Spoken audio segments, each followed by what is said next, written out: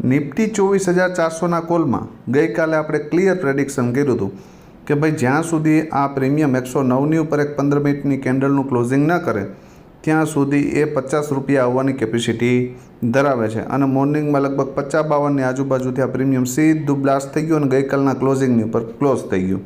OTG success સેટઅપવાળા મિત્રોએ આ પ્રીમિયમના પિનબારના કન્ફર્મેશનથી અહીંયાથી બધાએ પકડ્યું હતું, બરાબર.